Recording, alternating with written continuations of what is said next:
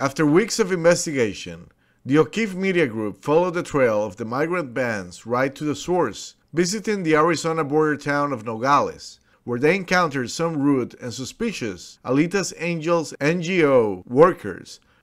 A volunteer with the American Red Cross, who wouldn't give his name, tried to prevent them from filming outside a migrant facility and kept sticking his hand over their cameras.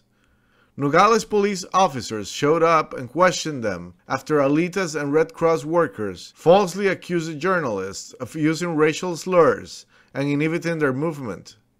According to James O'Keefe, when they requested a FOIA on the body cam footage, they were told Nogales police don't use them.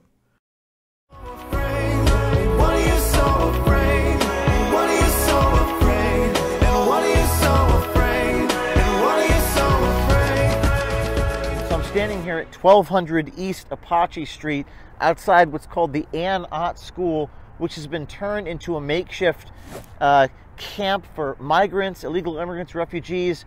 We've had some pretty hostile encounters with a man who refers to himself as Nunyo, as in none yo business. Hey, you guys need to leave, man. You guys need to leave. I don't got to leave anywhere. This is a sidewalk. I have a First Amendment right to be here.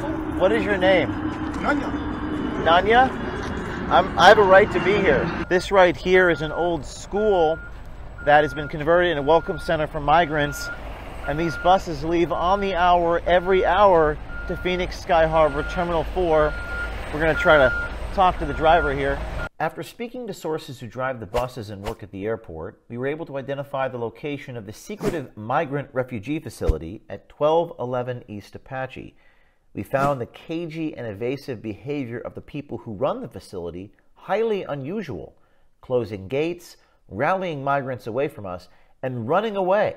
Behavior of people who have something to hide. These are migrants on the bus. Are you transporting migrants to the airport, sir? Shut the door right in my face. One of the companies that transports the migrants is Jet Limousine, which we learned is a subcontractor to a group called Charter Up. These bus companies have instructed their drivers not to talk to any O'Keefe journalist and to even call the police on us when they see us. More on that soon. Hi, sir. Sir, who do you work for? Sir, I'm wondering, who do you work for, and are you shipping migrants on buses on the hour? I work for Nanya. Nanya in your business, man. Yeah, I'm looking dangerous now. Yeah, they're looking anxious now. Yeah, look at their faces now. What is that? What is none of my business? What? You're shipping migrants on the hour, every hour to the airport? You work for none of your business? Nunyo? None of your business. What's the name of the non-profit that you guys are getting the contracts with? You can leave now. We're done. We're finished. What's your name? Nanya. What's your name? It's actually a lot of my business. The public has a right to know.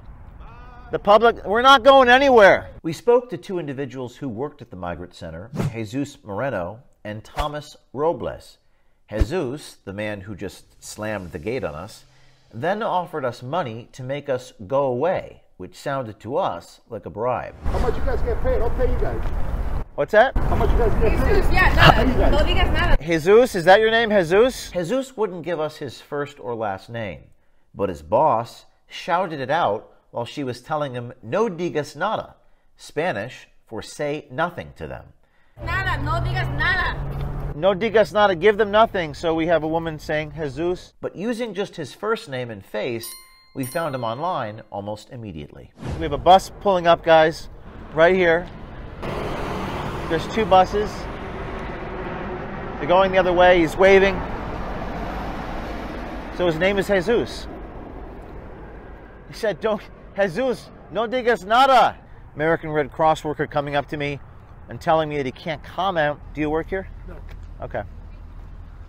Especially if you're the press, but no. I'm sorry? Red Cross doesn't give interviews on this job.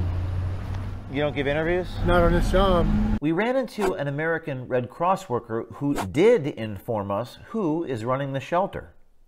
Signs of the Red Cross were everywhere, as migrants at the airport were covered in Red Cross blankets provided to them at the secretive location. Who does give interviews? The IRC is running this shelter. What's IRC? The International Relief Committee. The International Relief Committee, also known as the International Rescue Committee, is a nonprofit organization whose most recent 990 tax filing shows their gross revenues are around $1.4 billion a year. And that was just 2021. In the case of the IRC, a lot of that money is coming from you, the taxpayer. Based upon the Schedule B on the 990 tax form, $415 million is coming directly from the United States government. $178 million came from the Bureau of Population, Refugees, and Migration. $122 million came from the Department of Health and Human Services, and $114 million came from the Bureau for Humanitarian Assistance. Another $75 million is coming from the European Union, and the rest of their funding, from what we can tell, comes from the private sector and from sources like Catholic charities. So is this a shelter? Are they busing migrants to the airport? I can't comment, but if you want to talk to, if you get somebody that works here, they can probably comment. Are they busing migrants every hour to the... I can't comment on it. We then spoke to a man named Thomas Robles through the fence, who works for IRC and for 10 years worked as a co-executive director for Lucha, Living United for Change in Arizona, a leftist political organization. Robles called us domestic terrorists and then called the sheriff's office on us. Jesus Moreno. Mr. Moreno, can we talk to you? I'll ask you to leave, please. Is this sidewalk private property? If you're yelling into the building, you're into our property and you're harassing folks that are here. So if you're asking for people here, you're harassing. You think that because you're asking for folks in this building. So Jesus Moreno attempted to offer me a bribe. He offered me money to, I guess, make me go away, and I'd like to ask him for comment. Well, I don't know who that is, and I don't know. You don't know who Jesus is? He's right behind you. That you are harassing people here. I'm asking you to leave before I call this. Okay. I don't deal with domestic terrorists like yourself. Did you just call me a domestic terrorist? Domestic country. Well. You're not filming to private property, and I'll ask you to you're trespassing. You just called me a domestic terrorist for asking a question. No, you're asking me to leave. Okay, Jesus Moreno just attempted to offer me money. I'm sorry? Do you have proof? I have it on video and I'd like your comment. You have proof? What? You can put it on the video. You can show I need proof. to ask him for comment. You have proof. I'd like to Do you have proof? have it on video. So show it. How much you guys get paid? I'll pay you guys. What's that? How much you guys get paid? Jesus, yeah, nada. No digas nada. Please ask you to leave your trespass. Robles did indeed call the Maricopa County Sheriff's Department on us. Since we had more questions, we sent a message to Robles on X to try to get his comment and called the Welcome Center and asked for Robles. Through the phone, we could make out crosstalk between Robles talking to Sergeant Sharp. Welcome Center, how can I help you? Hi there, I'm a journalist looking for comment. Who can I speak with, please? Do you have something to write with? I can give you an email for a person you can contact. I'm looking for Thomas Robles, please. Give me a second. Thank you. So now he's making phone calls. Hello? Hi, yes. Looking for Mr. Thomas Robles, please? We heard crosstalk through the phone of the sergeant talking to Robles, making reference to a judge in regards to our presence. Wait, you just saw my number in contact. That's the kind of individual we're dealing with. Okay. And if you'd like, you can go talk to a judge and let him know that you're interested. We're looking for a comment on a story we're doing on the Welcome Center, where buses depart on the hour with people who cross the country illegally. One of your employees at the Welcome Center, Jesus, said, quote, "How much do you guys get paid? I'll pay you guys." He was talking to me. We also have Thomas on video threatening to call the police as we're standing on a sidewalk filming. Yeah, actually, this is Tomas Robles. I actually did, in fact, call the police. Sergeant Sharp is here. Yeah, I'm here. Hi. Mr. O'Keefe, I suggest you please do not call us. Please do not instigate any confrontations for the safety of our residents and the safety of our workers. Sir, I'm doing a story. I'm asking you for comment. Not continue to harass our employees. I'm asking you for comment. We're going to publish a story. I will not comment. I will not respond to your harassment. Okay. I will not bother you harassing Jesus again. Please do not call him or come here looking for him. That would be a sign of harassment. Jesus said, quote, "How much do you guys get paid? I'll pay you guys," unquote. Is that accurate? Is that accurate? Okay. ¿Estás pensando en votar en las elecciones en Estados Unidos? Sí. Sí. Sí. ¿Qué? ¿Biden o Trump? Biden. ¿Biden? Estás... Porque nos están dando oportunidad, Biden. ¿Qué? Sí. Biden, ¿estás pensado en votar en noviembre, sí? Sí, primero Dios, sí. Si nos dan asilo, permiso. Sí. ¿Por qué Biden y no Trump? Porque el Trump parece que no nos quiere a los hispanos. Ya el Biden nos da oportunidad de entrar con familia aquí en el norte. Nos dan dando permiso aquí. Sí. Sí, él nos da permiso. El Trump parece que no nos quieren aquí. Apprehended? Border Patrol. Acknowledgement, condition of release. Notice to appear.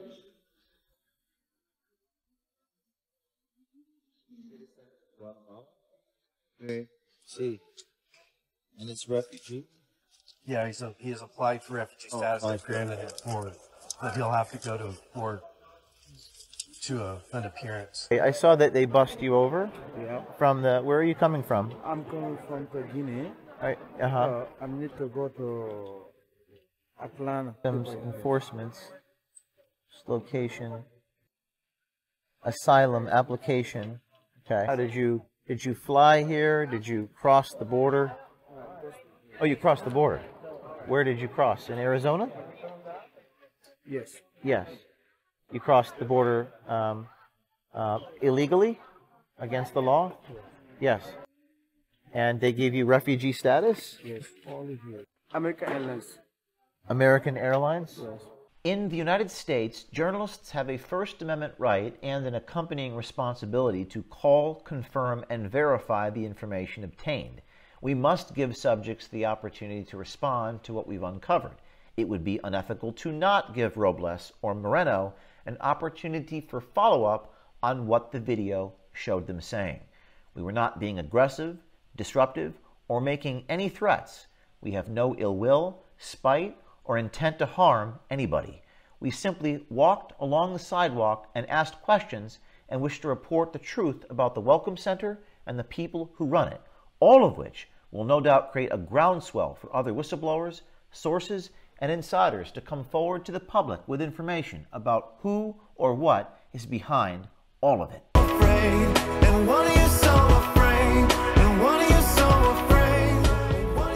In our last report, we brought you the secret migrant facility at 1211 East Apache Street in Phoenix. When we stood outside the facility, the buses, seeing me, wouldn't even stop to pick up or drop off passengers for fear of having me report on what they were doing.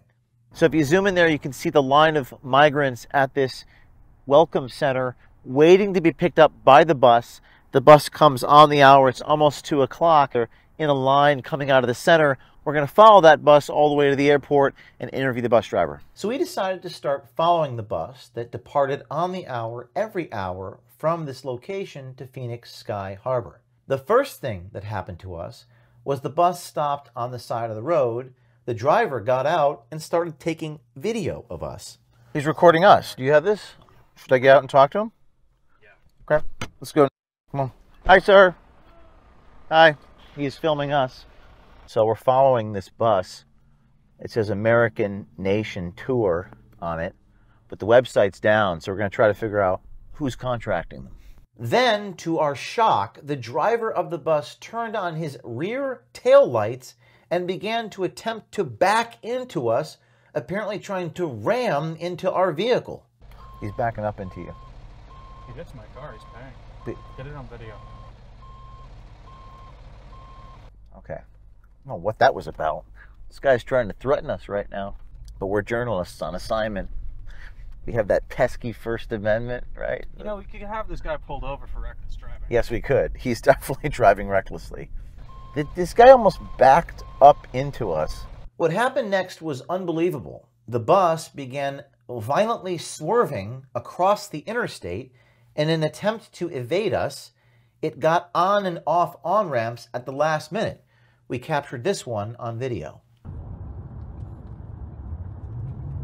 Yeah, he's still trying to. Whoa! Whoa, did you get that video? You get that on video? Reckless driving. Get it Oh, on video. reckless driving. Did you get that on video? Yeah. This bus driver is currently driving recklessly, trying to evade our ability to report on him dropping off the migrants at the airport, trying to evade our journalism. We have a First Amendment right to film and ask questions. Here we go. In fact, the swerving and evasive maneuvering by the bus was so violent that we actually lost track of this particular bus. We went back to 1211 East Apache Street and followed the next bus on the hour. We decided to meet them at the airport and get out of the car before the bus arrived. But when the driver saw us do that, the bus refused to unload the migrants at the terminal because I was standing outside with my iPhone. She's trying to record me. Ma'am, they're evading us. They won't let the immigrants off the bus. They won't let the migrants off the bus. She's blocking traffic. All right, let's get back in the car. They're not going to let them off the buses? This woman was going to let them off, but then she saw me, started filming me, and she keeps going. So standing outside, the bus sat at the terminal outside the door for several minutes before the driver called the Sky Harbor Police. Hi. She's on the phone. She's afraid to open the door of the bus. So we're going to sit here and see what's happening. A few minutes later. So this bus has been evading us for quite some time, pulling up first to the terminal prior, now pulling up to this terminal. She's taking video of us, if you can zoom in on the phone there, and afraid to open the door and let the migrants out into the airport. So we're just going to sit here and until they open the door. She's on the phone, concerned about our presence here. I don't know who she's calling. The driver is clearly upset, staring at me. The police showed up to investigate, asked who we were, and then they left. They've called the police. Every single time they called the police. You know, there is some irony with the bus filled with migrants shipping people via airports, and they're calling the police on an American journalist for reporting on it. Hi, I'm an American journalist. I'm here asking questions. My name is James O'Keefe. How can I help you? Do you have your ID? I do, but am I being detained? What do you need to do here at the airport? We're shooting some footage for a news report that we're doing. After the officers showed up, the driver opened the door and the migrants stepped off. It seemed as though law enforcement was being used to intimidate journalists. Calling police on American journalists for reporting on issues. Sir, can I have your name? Yeah. What is your first name? Steve. Steve Butler. Ma'am, what's your name? A1. Sir, what's your badge number and name? 6974. Ma'am, why did you call the police? Ma'am, who do you work for? Ma'am, who do you work for? Here we have the migrants walking in the airport. We're going to walk into the airport with them. And we have the migrants coming into American Airlines, and they're going to be stationed right there. They're cutting the line. They're cutting the line. We have police officers escorting the migrants. But as the police rounded the corner of the airport, they darted off, not wanting to have any further involvement in the situation. Using some source information our tipsters sent us over Signal and X, we were able to figure out where the buses were coming from originally, down near the border.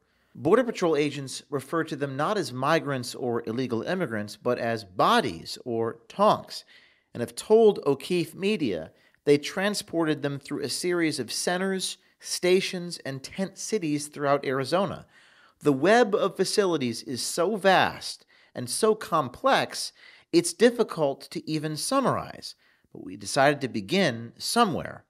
One of the initial locations is actually on an Indian reservation called Tohono O'odham, a completely unknown facility that you cannot visit and has not been reported on. The facility is referred to as LEC, or law enforcement center, 3 miles north of the border on San Miguel Road. It is from here that the bodies are transferred to places like TSS, the tent city at 4550 East Los Reales Road in Tucson, close to the Los Reales landfill, or perhaps to the tent city on the border town of Nogales, NPC, the Nogales Processing Center. It is from the Nogales Processing Center that the bodies are then transferred to an area where they are bused north, taken to another processing facility that has capacity, or to NGOs like the International Red Cross, the International Rescue Committee, and many others. So we decided to check out where the bodies were being loaded onto the buses after the Nogales Processing Center. That occurred at the intersection of North Grand Avenue and West Crawford Street in Nogales, Arizona, just a few hundred yards from the border. I went to talk to the driver and the organizers of the buses. Ma'am, perdóname. ¿Habla inglés? Yes. Let me see your badge. See this badge, please? Santa Cruz County. I noticed that the badge the staffer on the bus was wearing was one of Santa Cruz County. Apparently, the county foots the bill for the transportation of the migrants from the border towns like Nogales to the migrant centers we found in places like Phoenix, and also, apparently, Tucson. Are you with the county of Santa Cruz, or? Yes. For the county. Is this a bus transportation? I can't answer no questions. Oh, okay. Okay. While I was talking to the Santa Cruz County employee, on the rear side of the bus, one of our OMG citizen journalists was talking to American Red Cross workers. They did not know they were being videotaped. This is the Alitas, or is this the American Red Cross? This is, oh, we're the American Red Cross, just a sister, you know.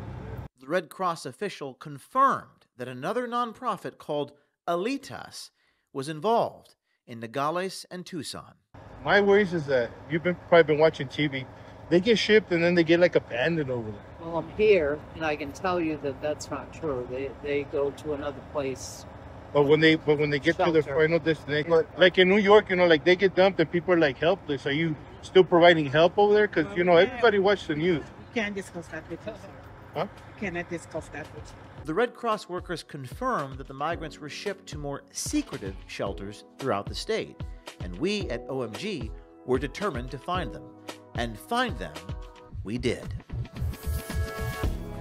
Why are you blocking the camera? What? Out of respect for humans, okay? James O'Keefe here in Nogales, Arizona, right next to Nogales, Mexico. There's the border fence right there. So we're actually going to go downtown Nogales, right on the border. That's the fence dividing Mexico and the United States. If you scroll right over here, this bank, or this former bank building, has been turned into an NGO called Alitas Angels. And the Alitas Angels NGO take the migrants, walk around the corner, and load them onto buses where American Red Cross workers are staying there. It's actually a former bank, but notice it says, this is not a bank, este no es banco. This is not a bank, this is actually a local NGO organization where they have this sort of makeshift migrant facility. They actually locked the door when I showed up here. There are buses bound for Phoenix, Sky Harbor, Tucson International Airport inside this facility. One American Red Cross worker got really belligerent with me and almost grabbed the camera and covered his badge so that we couldn't see it. I read his badge out loud. Why are you blocking the camera? What? Out of respect for humans, okay? What do you mean respect? No discussion. No discussion. Sir, Tucker Carey Vincent? Why are you covering your badge? Why? Why are you covering your badge? I'm done. Where are you going? California. Why would you hide your badge? I have no obligation to speak with you. Yeah, but actually, I disagree with you. I think that as a public official who's getting hundreds of millions of dollars in federal money, I actually... Okay, sure. Now you're switching gears here. The moment we show up, they scattered incredibly, like people with something to hide, locking doors, running away, hiding their badges in their vests. Leave him alone! I have a right to be here, ma'am. Leave him alone! Who are you? Your father! Your father! Ma'am, what do you mean you're my father? I have a father. He's in New Jersey. I'm here. And this guy over there is talking. We're getting valuable information because the man over there talking to the officials works with us. ¿Este programa federal? la ayuda que les dan? ¿Es programa federal o es...? Programa federal. Sí, programa federal, sí. Alitas acepta federal money, aunque sea non-profit. No, viene de muchas partes, de condado. Sí, sí, siempre tiene un familiar. Aquí tienen que tener un sponsor, sí, para que sí dejan todo. Sí, así. Sí, pues como te digo, yo he hecho peticiones. Yo sé cómo corre el agua, como dice la gente. Entonces ustedes no son los de... Esos son los de Texas, el del Alec. Sí, de Texas y todo aquello, todo lo que estamos hablando. En California creo también. Sí, pues todo de la línea, todo para abajo. Bueno. Y que... No, aquí estamos organizados para que no pase eso. No, andan, tienen unos días que andan así. Tienen unos días aquí. Sí, los camiones del albergue, se quieren meter los albergues. Just by us walking over to this bus, they've actually called the police on us. Every time I show up anywhere, they just instantly call the police. Hi, I'd like your name and badge number, please. Garcia 276. What's your first name? Garcia 276. Your name is just Garcia? Can I have your full name, please? No. Can I have your full name, please? No. You guys are just... I'm an American journalist. I don't protest. I report. What did they say? They're just accusing you guys of not letting someone in. Well, we have the footage. So as you can see there, the officer is talking to them, talked to me, went back, and they made some story up about how we were using racial slurs. Originally, they said we were using racial slurs. Racial slurs? I don't like people like you. Why not? We're racist. You try to attack the people we work here. The one gentleman came up, and it looked like he wanted to hurt me. He had his hand in his pocket there. Get down. Don't get nothing. What's that? Don't get nothing. Who are you? Me? Yeah. It's not your business. None of your business, man. We pay money for this, so we want to know what's happening. So you don't pay nothing for this organization. My tax dollars go to pay for it. My tax pay too, and I don't tell nothing with the people. What are you talking about? The guy who runs International Rescue Committee makes over $1 million a year off bringing people in this country. David Miliband is his name, and his company brings in $400 million from the feds. You try to attack the people we work here. I have it all on video. I filmed everything, so I didn't attack anybody. But then he found out that we were investigative reporters, and he let us be. Periodista de investigación. Periodista. Periodista. Okay. Alitas is a brand new 501c3 nonprofit organization. So we're going to go to Tucson, follow the white buses, and see the other facility where they hold the migrants and get more information about Alitas. So we're standing here at Santa Cruz and Drexler in Tucson in front of this major Alitas facility that you probably never knew existed. This is the bus that left from Nogales and has just arrived. How you doing, sir? Hi. You mind if we talk to the bus? No. No. We're journalists. We're doing a story. This bus here came from... We have a situation out here on the South Gate. Is that me? Are they talking about me? Yeah. What's the situation? That you're here. I'm going to have to ask you guys something. Am I allowed to stand here? No. It doesn't seem like they're just recording right now. Okay. We'll see. We're out here waiting for the bus to leave, but I'm just letting you know the situation that's going on out here. Situation you hear through the radio, you can actually hear on the security guard's radio that there's a quote situation about my presence. And here comes another. Look at this guy waddling. If you want to zoom in on the waddling here, he's waddling towards me. I don't know what that's about. Are we allowed to stand on the dirt, ma'am? I have no comment. No comment. No comment. All this right here, it's part of this property. Sir, what's your name and who are you with? Don't worry about it. None of your business, man. I'm gonna have you guys. Actually, I do worry about it because you guys get $200 million in federal money. Let's see your face. Call the authorities right now. If you guys are still here, that's fine. You guys can go with. You're gonna call the police on American journalists. You go rip up the Constitution. We just spoke with Caleb Milford, the operations manager, who threatened to call the police on us for our presence here. As you can see, it's this Pima County, Arizona. A lot of county officials wearing the badges. Santa Cruz County. Are you with the county of Santa Cruz or? For the county. They have school buses and we've got big white buses through the fence.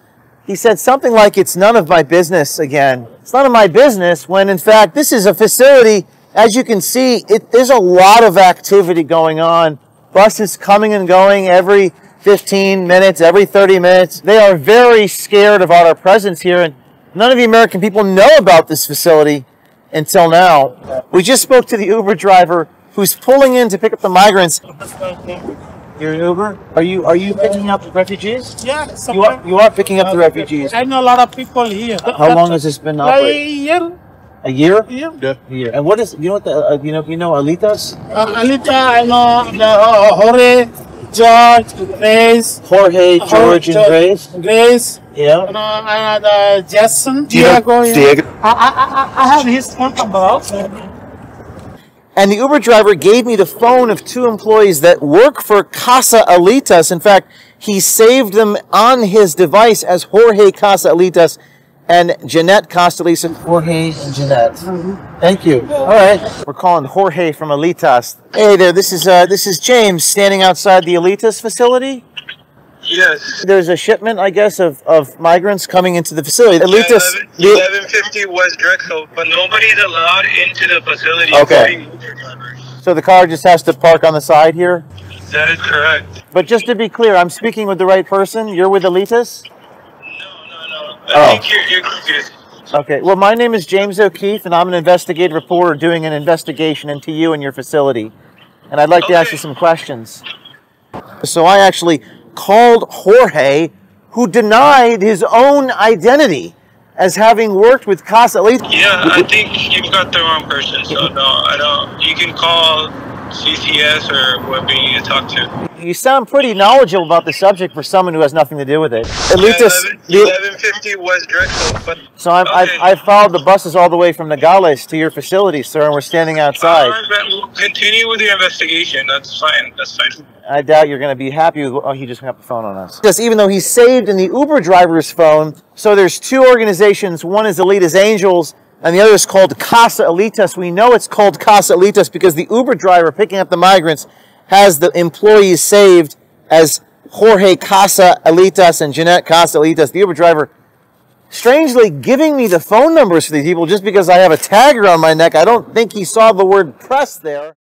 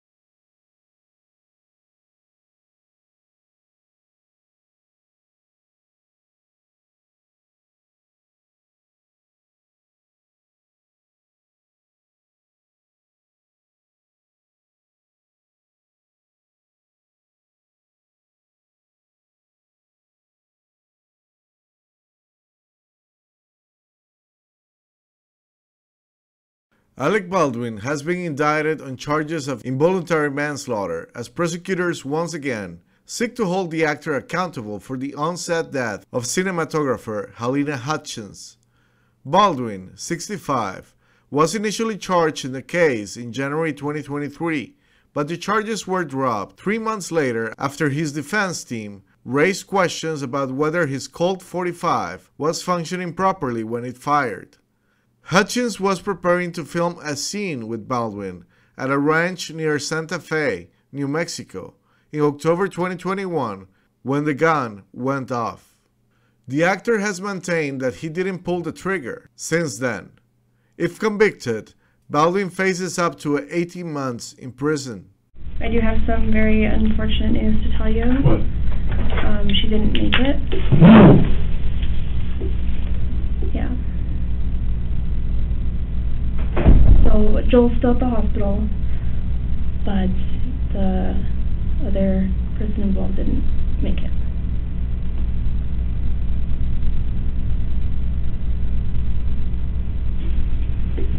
Sorry.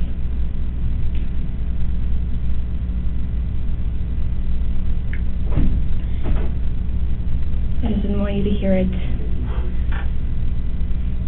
outside of here.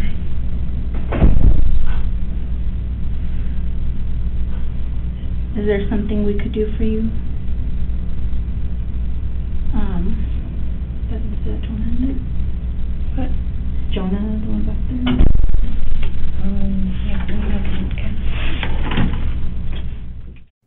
Two special prosecutors, Carrie Morrissey and Jason Lewis, sent the gun for further forensic testing last summer. Their experts, Lucien and Michael Hack, reconstructed the gun, which broke during FBI testing, and concluded that it could only have been fired by a pull of the trigger. Morrissey and Lewis said in October that they intended to take the case to a grand jury within 2 months, stating that additional facts had come to light that pointed towards Baldwin's culpability. I've been ordered by the Sheriff's Department in Santa Fe. I can't answer any questions about the investigation. I can't. It's an active investigation in terms of a woman died. She was my friend. She was my friend. The day I arrived in Santa Fe to start shooting, I took her to dinner with Joel, the director. We were a very, very, well-oiled crew shooting a film together, and then this horrible event happened. You met what with, are the questions that you have other than that? You met with I'm afraid I forget her name in a moment, but you met with her family in the Helena. day. Yes, her I name met is with her Helena. If you're spending this much time waiting for us, you should don't know her her name. Her name is Helena. Helena Hutchins. I met with her husband Matthew and her son. Yeah, that's right. And how did that meeting go? I wouldn't know how to characterize it. They're mortified. You guys, you know what? No details. Do me a favor. I'm gonna answer the question. Well, I appreciate that he was probably very upset. The guy is overwhelmed with grief. This is something that there are incidental accidents on film sets from time to time, but nothing like this. This is a 1 in a trillion episode, and so he is in shock. He has a 9-year-old son. We are in constant contact with him. Would you ever work on another film set that involves firearms of that nature?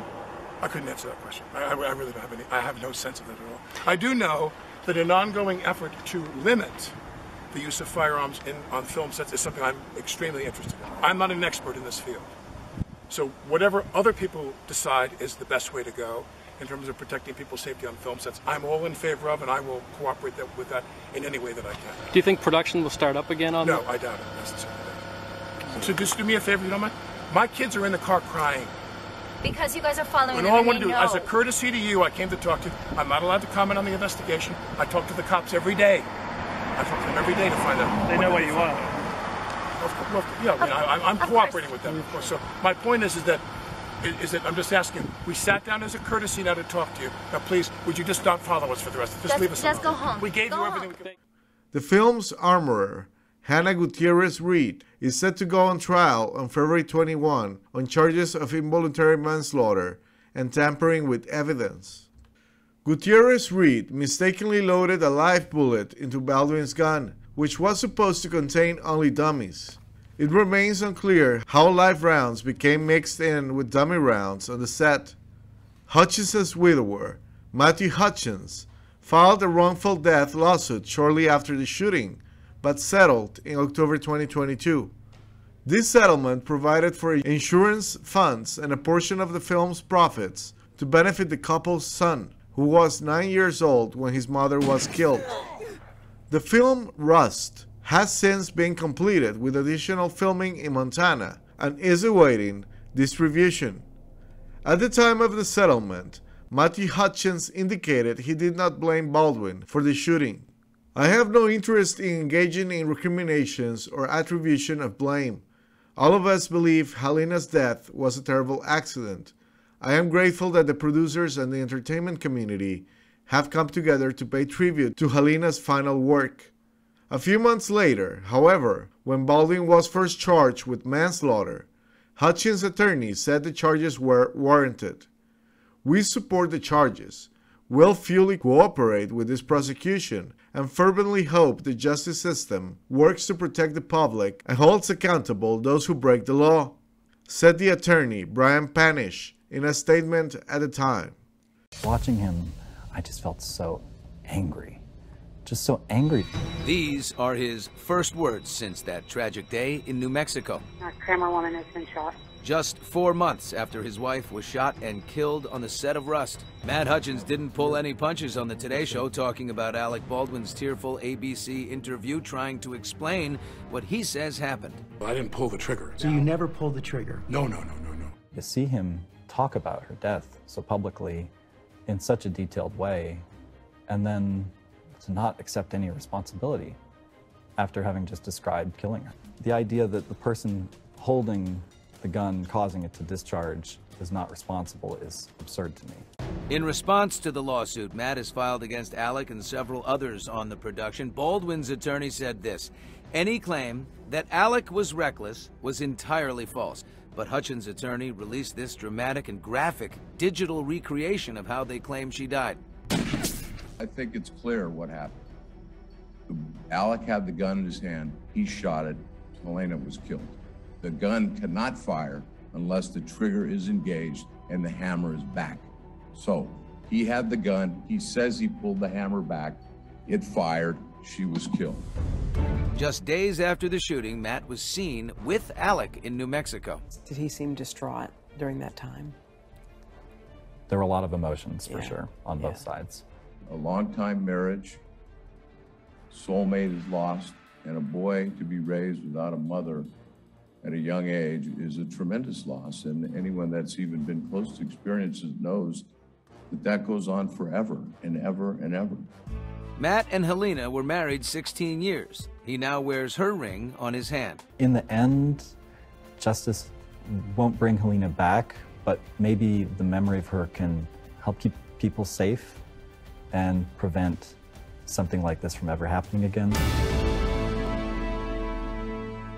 The initial prosecutors, Mary Cormac Altwis and Andrea Reep, held Baldwin responsible not only for pulling the trigger, but also for a series of management lapses that led to relaxed safety standards on set. However, the New Mexico Division of the Occupational Safety and Health Administration concluded that Baldwin was not in a position of management authority and was not culpable for the lack of oversight. This is despite the actor also being a producer of the film. The first assistant director, David Halls, pleaded no contest last March to a misdemeanor gun charge. He was given 6 months of unsupervised probation. New body cam footage shows the chaotic moment when officers arrived on the Rust film set after a gun went off in actor Alec Baldwin's hand, killing the film cinematographer and injuring its director. 32 Santa Fe, one female shot in the chest, male shot in the stomach, requesting air flight. The Santa Fe County Sheriff's Office released the video on Monday, which showed medics and officers tending to cinematographer Helena Hutchins and film director Joel Souza. They are then brought out on stretchers and rushed into an ambulance. Mr. Baldwin. Baldwin, who's dressed as an Old West gunslinger, speaks with a police officer at the scene. So my understanding, you were in the room when the lady, when someone was shot? Holding the gun, yeah. Okay, alrighty. What do you need? She said to me an empty gun and we only with loads when we were ready to shoot. Everybody was prepped. He's good. He's got a broken shoulder. Baldwin was later questioned by police. And what I'm curious about is what came out of that bullet that went through her body and into his shoulder? That's pretty powerful. He told them the gun that went off in his hand was given to him by armorer Hannah Gutierrez. She hands me the gun. I'm assuming she's done it the right way. She's done it the last 2 weeks. I put it in the holster. I pull it out slow. We're rehearsing. We're not filming anything. I pull it out slow, turn, cock the pistol, bang, it goes up and she hits the ground. That's a bullet. So as I suspected, somebody put a live round in the gun. If that's a bullet that was pulled out of his shoulder, then someone loaded a live round into the gun I was holding. I'm Sergeant Zook. The body cam footage also showed an initial conversation with Gutierrez, the film's armorer. Police said a formal decision on criminal charges would depend on further forensic work. So you're in charge of the... Baldwin said in his police statement that a very important question for Gutierrez is whether she ever commingled live rounds with theatrical rounds in her kit. We're going to escort you down to our sheriff's office. The state of New Mexico last week fined Rust Movie Productions the maximum amount possible, $137,000, for what it called willful safety lapses leading to the death of Hutchins.